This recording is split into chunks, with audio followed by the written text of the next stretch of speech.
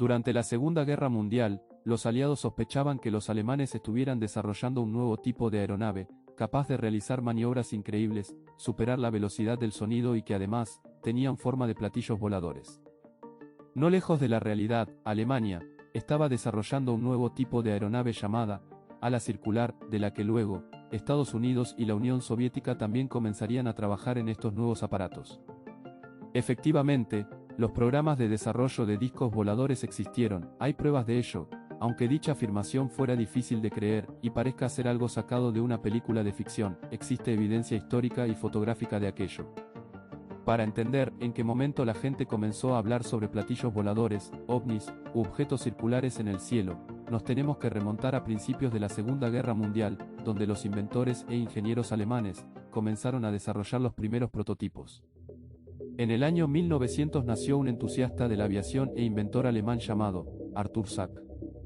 Durante un concurso nacional de modelos aéreos en la ciudad alemana Leipzig, el aviador y militar alemán Ernst Udet, quien acudió al certamen, quedó impresionado con un modelo de apariencia circular que presentó Arthur Sack llamado ASE-1, un prototipo de pequeño tamaño con problemas con el motor para volar. Aún así, el Ministerio del Aire germano apoyó la continuación de sus modelos. Luego creó el modelo llamado ASE-5, un monomotor de ala circular de tamaño reducido, que logró volar en el año 1943 sin problemas, lo que convenció al Ministerio del Aire, quien decidió pagarle la construcción de un prototipo a tamaño real. Así nació el modelo ASE-6, del cual sí existen pruebas fotográficas de la existencia de dicho aparato. Lo que están viendo en la pantalla son fotos reales del modelo de ala circular llamado ASE-6. Si la gente de aquella época lo viera, incluso de nuestra época actual, dirían que se trata de una aeronave de película de ciencia ficción, que fue sacada de Star Wars, que es falsa, o que se trata de una nave extraterrestre, pero no, este aparato fue construido por un humano. Volviendo al tema, lo último que sabemos de este aparato, es que las pruebas de vuelo realizadas, no fueron del todo fructuosas, y que por fallos en el motor, y problemas de control, fue llevado a un hangar sin mayores novedades. ¿Qué pasó con el modelo AS-6? ¿Fue abandonado? ¿Fue destruido? ¿Fue a parar en manos soviéticas al finalizar la guerra? El 30 de marzo del año 1950, a pocos años de terminar la Segunda Guerra Mundial, la revista alemana Der Spiegel publicó un artículo titulado Untertassen Luftfahrt, lo que se traduce como platillos y aviación, dedicado al misterio de los platillos voladores supuestamente creados durante la Segunda Guerra Mundial. El artículo de la revista presentaba una entrevista con un capitán llamado Rudolf Schirriber, quien aseguraba haber trabajado durante la guerra en el año 1942, junto al científico Klaus Abermol, el ingeniero italiano Giuseppe Veluso y Waal Sarmiete, quien formó parte del proyecto V2, en un nuevo diseño de aparato de avión discoidal llamado Flügelrad, avión giroscópico, y que, en el año 1945, los soviéticos incautaron el aparato, quienes habrían continuado desarrollando el proyecto. Schirriber presentó a la revista dibujos y diagramas de aquella futurista aeronave. Lo que están viendo en pantalla es un dibujo tomado de la revista alemana Der Spiegel, del año 1950, traducido en inglés, del disco volador que Rudolf Schirriber afirmó haber diseñado para los nazis. Aparentemente la aeronave medía 14 metros, sería propulsada por turborreactores, tenía forma circular y habría alcanzado los 4.200 km por hora, superando los aviones supersónicos. Por supuesto, para que este vídeo sea entendible, he tenido que omitir todos los detalles técnicos y materiales que supuestamente se habrían utilizado para fabricar estos aparatos. Sobre el Flügelrad no se sabe más nada, si ha existido, se ha mantenido clasificado y en secreto hasta nuestra actualidad. La única información que tenemos de la existencia de tal aparato, son descripciones de algunos inventores, o pilotos, que afirmaron haberlo visto. Cuando comencé a investigar sobre los platillos voladores o aeronaves circulares, me he dado cuenta que hay muy poca información oficial al respecto. Tratar sobre estos temas, es entrar en un terreno de secretismo, misterio y conspiración. Los temas tratados en este vídeo son los que considero aportan la mayor evidencia, para demostrar, que el humano, ha trabajado y desarrollado aeronaves que hoy en día en nuestra actualidad, confunden con ovnis o tecnología de procedencia extraterrestre. Si algunos aparatos circulares realmente lograron volar con éxito, habrá sido gracias al efecto descubierto por este hombre. Henry Coanda, inventor rumano, constructor de la primera aeronave accionada por un motor a reacción, que en resumen, en el año 1934, registra una patente en Francia del llamado proceso y dispositivo para desviar un fluido a otro fluido, fenómeno que se le denominó el efecto Coanda, descubierto por él mismo. Repito, en resumen, para no hacer complicado el entendimiento en este video, el efecto Coanda da lugar a la explicación del comportamiento de un fluido en su impacto con una superficie. Esta teoría sustenta que los fluidos tienden a la atracción de algunas superficies próximas, en vez de rebotar contra ellas o desviarse, como sucede con los elementos sólidos. Cuando un líquido se mueve a alta velocidad cerca de una superficie curva, se adapta a esa curvatura. Ese es el efecto Coanda. Basándose en ese efecto, Henry Coanda inventó un platillo volante llamado aerodino lenticular alrededor del año 1935. En mayo del año 1940, Alemania había invadido a Francia y se interesaron en la obra del ingeniero rumano, por lo que las SS lo pusieron a trabajar en el disco volador. Como pruebas, están sus patentes de posguerra. También podemos ver el diseño del supuesto disco de Coanda. No hay imágenes fotográficas ya que fue un proyecto clasificado. Al morir, Henry Coanda dejó 707 patentes, algunas de ellas son aeronaves de discos que nunca se construyeron. O tal vez sí, juzguen ustedes mismos. De lo que sí existen pruebas fotográficas, es sobre un aparato creado por otro inventor alemán, llamado Joseph Andreas Epp, quien intentó desarrollar un disco volador al enterarse que el Tercer Reich tenía en marcha proyectos similares. En el año 1943, diseñó un disco volador llamado Omega Discus, que combina la tecnología de ventilador con conductos con dos rotores de giro libre, propulsado por estatorreactores. No voy a entrar en detalles técnicos para no hacer complicado este video.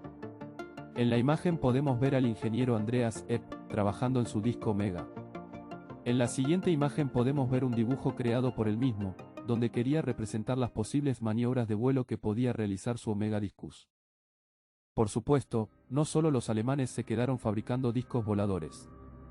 En el año 1950, poco después de la Segunda Guerra Mundial, el inventor americano, Thomas Townsend Brown, fue contratado por distintas empresas aeroespaciales, para desarrollar unos aparatos voladores que utilizarían un sistema de propulsión antigravitatoria, utilizando un efecto descubierto por el mismo Thomas Brown, la electrogravedad. A este efecto se lo denominó el efecto Biefeld-Brown.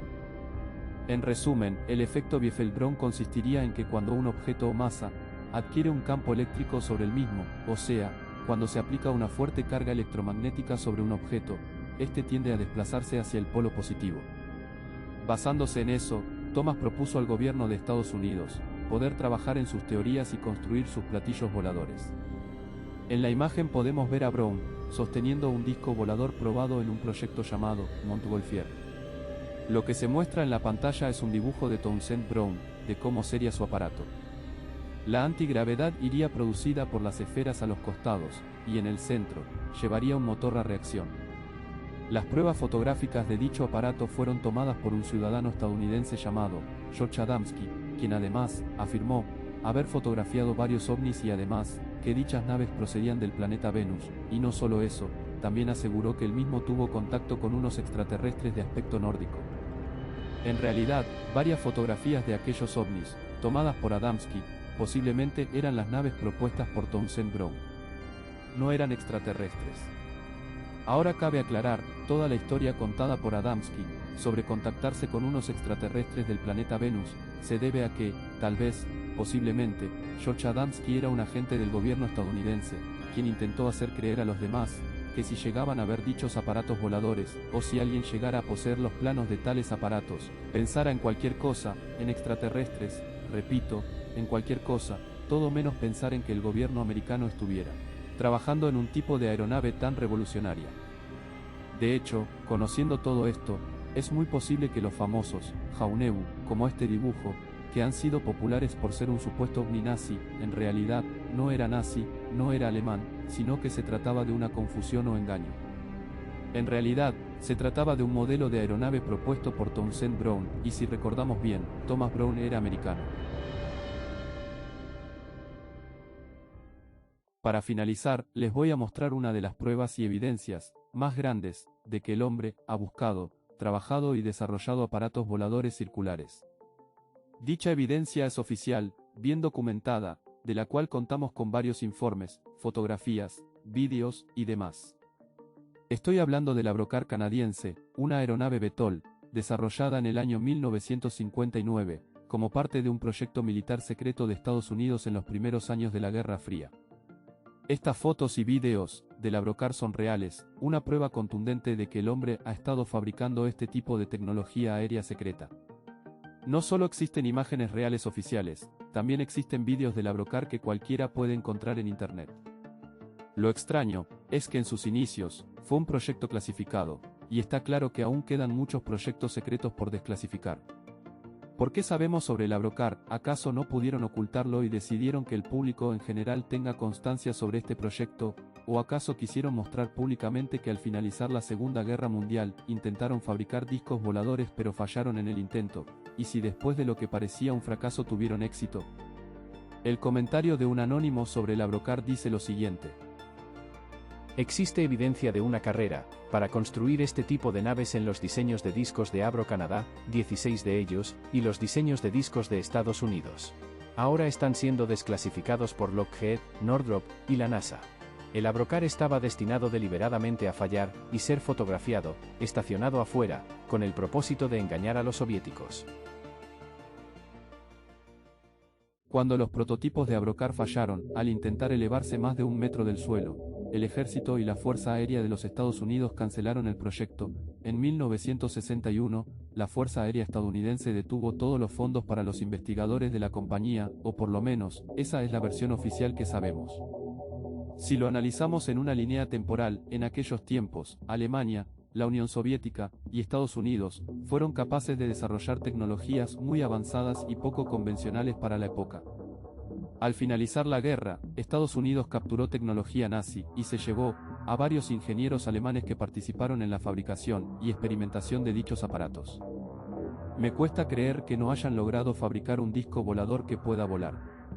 El Abrocar es más bien una cortina de humo, que funcionó para engañar a los soviéticos, en la competencia por mantener lo último en vanguardia de tecnología militar, cuando en realidad Estados Unidos podría haber estado trabajando en proyectos de discos voladores, de forma más seria, en las sombras. Para algunos no es casualidad que el comienzo de la era moderna de la ufología ocurriese tan cerca en el tiempo a la Segunda Guerra Mundial, el 24 de junio de 1947, sugiriendo que los inventos nazis y los ovnis están correlacionados.